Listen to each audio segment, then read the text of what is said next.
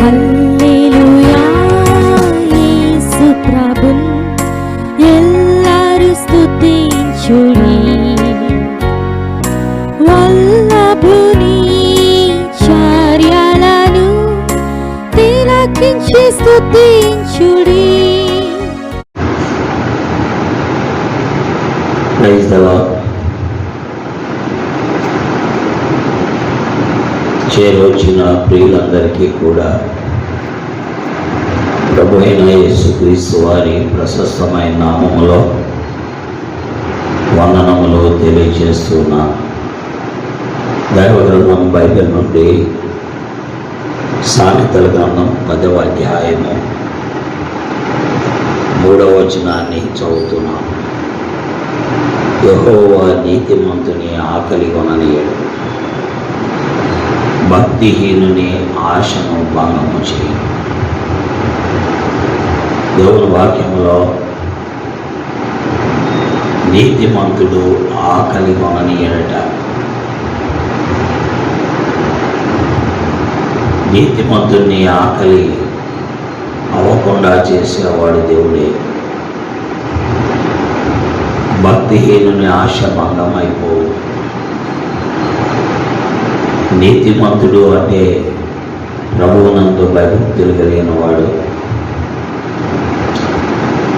ప్రభువు ద్వారా రక్షించబడిన వాడు, ప్రభువు రక్తము ద్వారా ఉచితముగా నీతిమంతుడిగా తీర్చబడిన వాడు. ఈ నీతిమంతుడు ప్రభువుని కలిగి ఉన్నవాడు. ప్రభువుని కలిగిన ఈ నీతిమంతుడట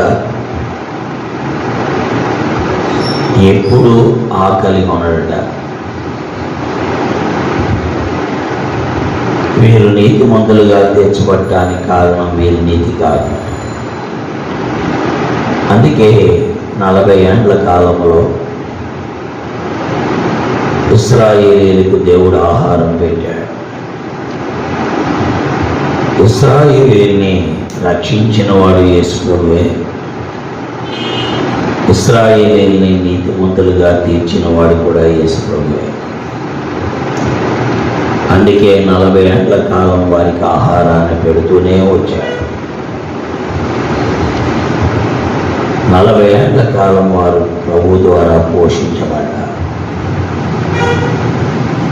దైవ గ్రంథంలో మరొక స్త్రీ ఉంది.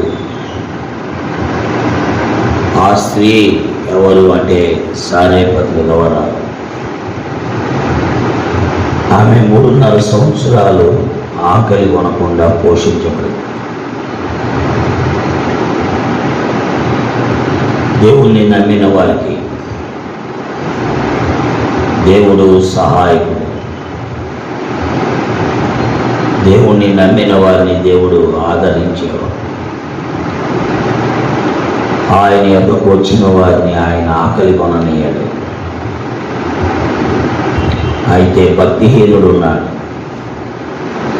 భక్తిహీనుడు అంటే దేవుణ్ణి ఎరగనివాడు, దేవుని ఎద్దకు రానివాడు, దేవుని గురించి చెప్పిన అసహించుకునేవాడు, దైవ మార్గము గురించి తెలిసినప్పటికీ అందులో అడుగు పెట్టనివాడు. వీనినే భక్తిహీనుడు అంటారు.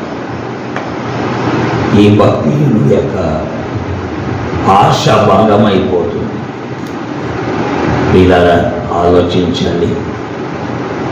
మనము నీతిమంతులుగా ఉండాలి అంటే దేవుణ్ణి నమ్మాలి, దేవుని ఎదుకు రావాలి, ప్రభువుతో సహవాసాన్ని కలిగి ఉండాలి.